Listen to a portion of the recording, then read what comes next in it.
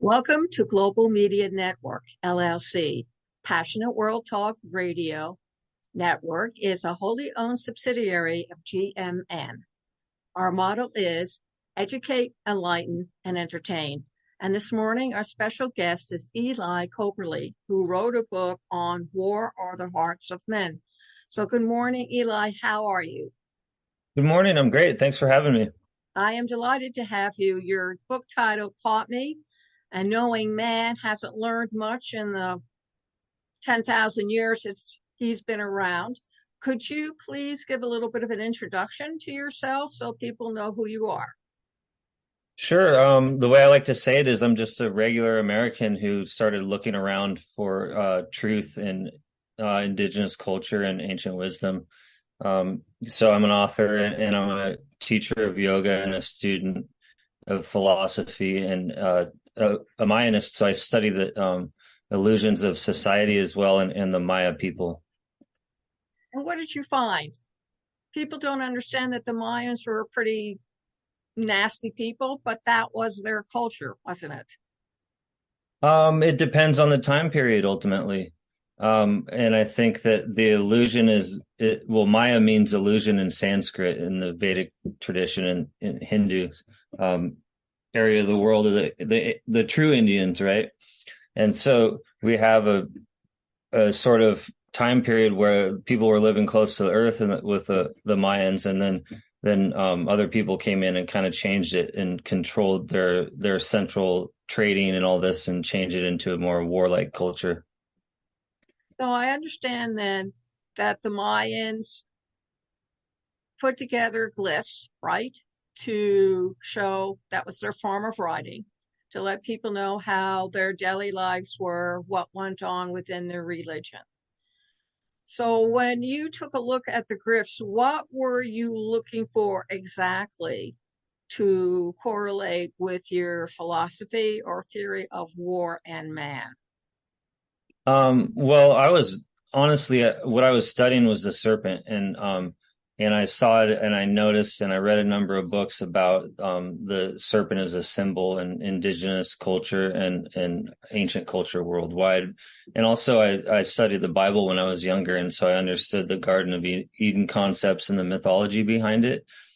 So I was looking for serpents specifically, and the study of energy and time and how it affects. But ultimately, what I found was war, a lot of war history, and I was able to, through a group called the Khan dynasty, which means serpent in Maya. So what they were doing is they were using this symbol for a sort of energetics idea to control others, and so they're using animism, which they always use, but they're using it for war. Would you then consider what the Mayans were trying to do, their manifest destiny? It was more like the pre-Aztec people of Teotihuacan in Mexico City, yeah, and their predecessors. The Mayans were just pawns, like a lot of our rulers today in third world countries to colonialism, and so they were involved in it, but only because they had to, because they wanted money and they didn't want to get wiped out. So there was a lot of Game of Thrones type situations. Okay. So the Mayans then, who were what, you put them on the same scale as the Pueblo Indians in the United States, are the Navajo, who were a peaceful nation? And yet I know that there's a pecking order within the American Indians and the Comanches and the Apaches on the top, and it goes down to where the most peaceful of the tribes are pretty much scorned and they have no use for. Yeah, and that happened for sure. So, but most everyone came. A lot of the roots of the people were from Central America, so the migrations were headed up there. The American Indian was oftentimes just displaced people from Central America. They say Asiatic people through the Bering Land Strait, but that's hard to prove. But yeah, they were just people who were ultimately wanting peaceful lives like everyone else. When they're rudimentary skills, they're cooking around a fire, and they're worshiping the earth and pagans basically, and then all of a sudden industry takes over and changes occur and these punctuated equilibriums which cause major changes. Would you say then that humans per se are more apt to make war? Is there a genetic marker inside their DNA that makes them more predisposed to war? Yeah. Well, I mean, I believe in karma, and if you study yoga, it's like it's sort of like a reason why people do things, and if you study anthropology and archaeology, you understand that we're putting up borders and fences to protect our own situation, and then we have sort of genetic markers in our DNA that cause us to make choices of not only protecting our own but protecting our insecurities, and ultimately that's where this book goes, and that's where I kind of talk about how we make choices, not what's best for the group, but what's best for our own egos, especially as males in a modern day society. So as a result, the Mayan problem with war then is very current in today's countries with dispensing troops to different countries. For example, the Ukraine war would be somewhat up there with what the Mayans were going through in another larger power, other indigenous tribes, or the Spanish or the Portuguese who went through them pretty quickly. That would be the same type of problem. Absolutely, yeah. The colonialism, even the movie Star Wars, if you look at all those individual groups that sort of in the end banded together for rebellion, um, these these people were subjugated, they were controlled, and they were ultimately sacrificed to a war machine, and so that was just occurring,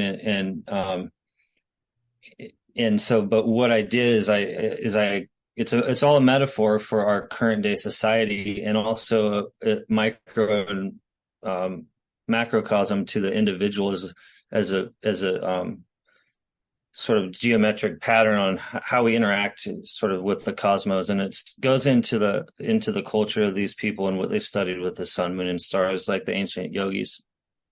Okay, so your book then pretty much is what, a political philosophical discussion of what happens when a civilization is approached by another civilization that's bigger or stronger or believes that they have the right to dominate over other people and then force them to adhere to their philosophies or to their culture and society. Yeah, absolutely. It's separate. I talk about myself and my own experience, and like you read in the first 2 pages about Yes. uh, abuse and that sort of thing, and how the individual is nothing more than a mathematical geometrical scale of the world as a whole. So it's like, how are we interacting, and then how are we treating the earth? We're treating ourselves this way, and so it's like an inside job how people are uh, manifesting their own destiny, right? Right. So you can also make it an argument that because we behave the way we do here, that if we go out into space, we will continue the same type of behavior. Yeah, I mean, and it's like once Africa's done, once we have our geopolitical wars, like I wrote about this, and talking at the end of the book, I talk about what's happening there, and now with Sudan and all these places in there, and it's about war for minerals and resources, and these people are getting decimated just as a result. And so once that's done, what's next? It's Mars, you know? Or the moon. They're looking You for the moon to supply their ore. I just find it interesting because there's so many things now going on that certainly would agree with what you're writing about. How instead of snitching out, if somebody larger comes in and beats you up or uses reverse psychology, then you are going to have to live with them rather than report them in. So it's easier to say nothing, everything is fine. I mean, this is a philosophy that has been found in many, many books, fiction and nonfiction, where the one pretty much becomes absorbed into the many. Yeah, you don't have a choice. You got to sweep it under the rug, and that's what they call dark masculinity. So is your book also about dark masculinity, how a man, and I'm sure women are the same way, they have to assert themselves, but there are many ways they can do it, and one of them is to become one of many, sort of like the cyborgs they created for science fiction. Yeah, my next book is sci-fi actually, but so it's about these qualities within the self, and the yogic philosophy talks about that of India. They say, well, you have a masculine and a feminine side, but it doesn't necessarily mean that like this quality is your sex. It just means that you have one or the other qualities, and there's a balance to be maintained, and that balance also is how the earth operates in its grand cycles of time. And the Maya people were perfect in their cosmovision for understanding this. Yes. So almost it is the yin and the yang of a person. They're two Yeah. sides, and neither one really wins, right? But they're constantly at war with themselves. Right, it's a war within, and then that's what kind of the title speaks to in my book, is like you're talking about this push and pull, or these polar opposites, and everything in every religion, and everyone talks about that. Yeah, it's the hardest thing is to find the balance within yourself, and act accordingly with a calm nervous system when you feel threatened. And do you say there's the way that you can try to control the chaos? Meditation. Okay. And whether if you're not good at meditation, just find a quiet room and still yourself inside. Well, they have the concept of the guru, and now with people say, "Oh, well, the guru is something antiquated, like because it was, you're your own guru." Well, if you listen to or talk or you read Carl Jung, and he talks about the unconscious, and so if you're unconscious and you're operating from your shadow self, then how are you going to find truth through your individual meditation? I think it's important to find uh, meditation teachers that are true to tradition, because there's a reason why these things work themselves out in a cave for hundreds of years with different teachers. And so the mind to be quiet is just calming the nervous system, and that comes with the breath. And the breath is oxygen, uh, releasing the mind's thoughts. So if you're not good at something, it doesn't matter. Ultimately, the concept is that we're going in a wheel of suffering, and it lasts many lifetimes. So you got many lifetimes to figure out whether you're good at meditation or yoga. I say practice makes perfect. Yeah, absolutely. Yeah. Do you see in any way where artificial intelligence may contradict, either making it worse or making it better? I know that they're planning on putting a law out there that AI should not be allowed around nuclear plants or be able to press the red button for a nuclear war because they're afraid the machine themselves would make the decision to create war.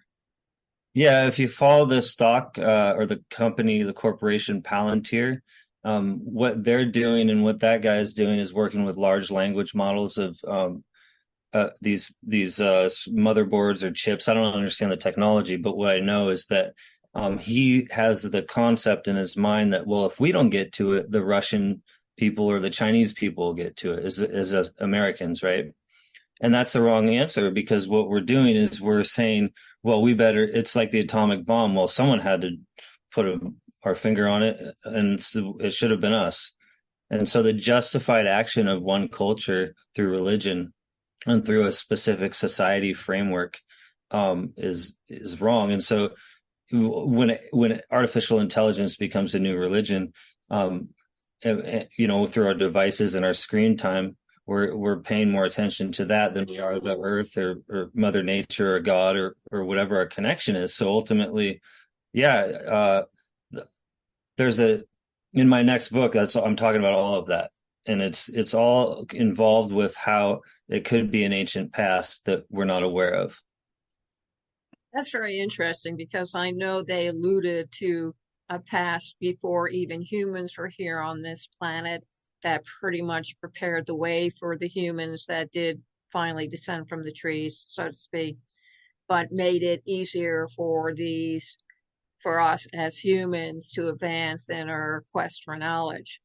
2020, the movie pretty much also indicated that they also felt that that's what really happened, outside of the fact that a machine took over. But that shouldn't surprise anybody, should it? Because what we put into the machines are part of ourselves, huh?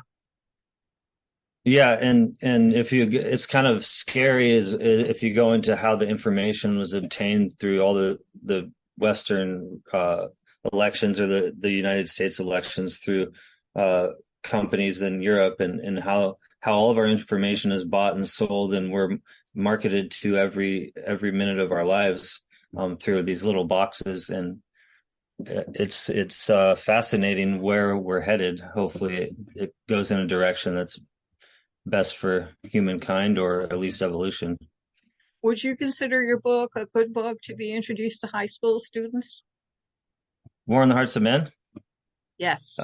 Um, I would say so, absolutely, because these days, high school students, if you ask them who George Washington was, and I watched this Bill Maher clip or something the other day, and it's, they're like, well, he was a racist slave owner. Well, they don't understand history, because they hear sort of one side or the other. Like if they're in Alabama, they might hear the side of like, well, Trump was right. And if they're in New Hampshire or Vermont, they might hear, well, everyone should be transgender, or everyone should have a specific idea on these political views of racism.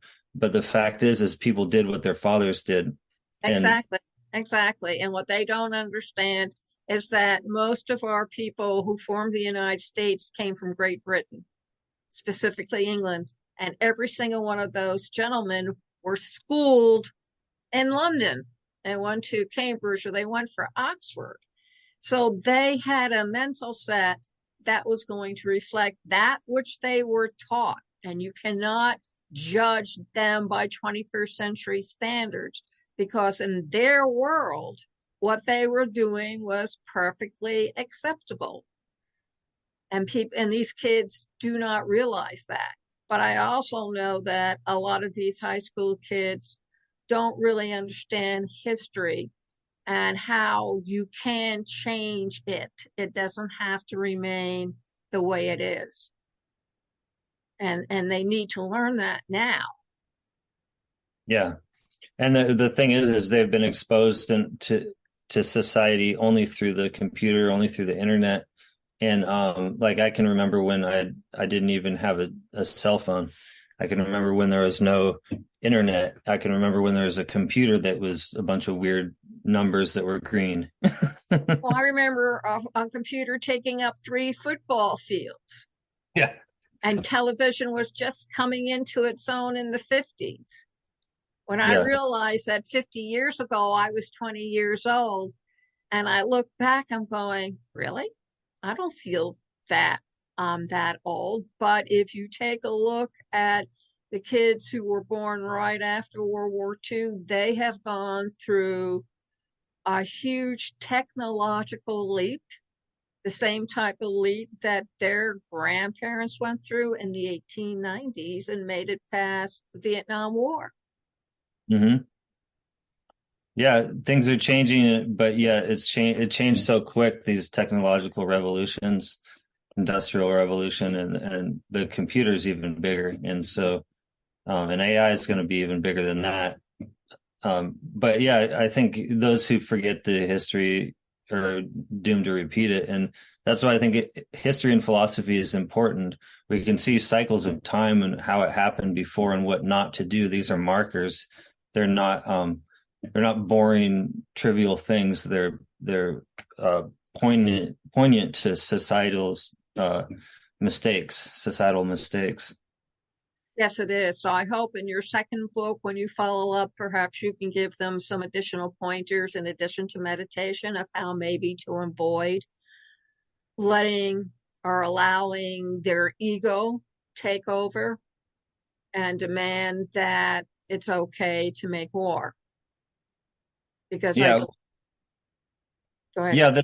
The main character, it's a fiction story, so the main character is, no man is an island, but yet he's an action hero similar to Schwarzenegger or Bruce Willis or something. But he comes to find love, And so it's a message that's encoded in the story. It's less of a sort of historical account. It is, though. There's history, and it's all pretty accurate to what's happening, what could happen, what has happened. Good.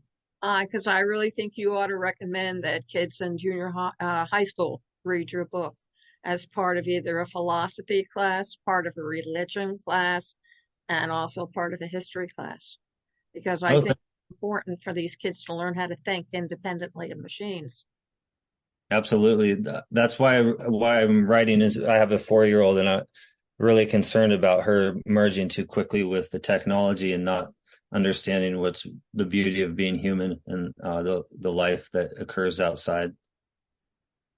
So, Eli, could you please tell everybody, number one, where they can find your book, how they can get in contact with you, and maybe even ask you some additional questions that I have not thought of?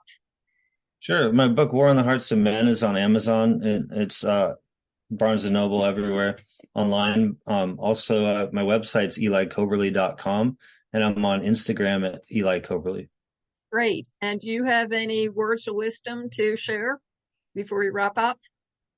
Well, there's a difference between happiness and joy. Happiness is fleeting, yet joy is in the moment. And so that's kind of a crucial piece to meditation and relaxing into the moment and making a choice, grounded choice based on the breath grounding you in the moment. Terrific. Thank you very much. Ladies and gentlemen, thank you very much for joining us this morning with Eli Coberly and his book, War on the Hearts of Man. And I recommend that you at least go over and read the first 2 chapters. That is provided by Amazon free. And like me, you'll probably go ahead and order the book. You can listen to this interview all over again on youtube.com/PWR Network, underline PW Talk Radio, on Facebook.com/Passionate World Radio, on our website, https://passionateworldtalkradio.com, and at least 12 other directories. We want to thank you all very much for joining us this morning. And remember, please keep listening. Thank you.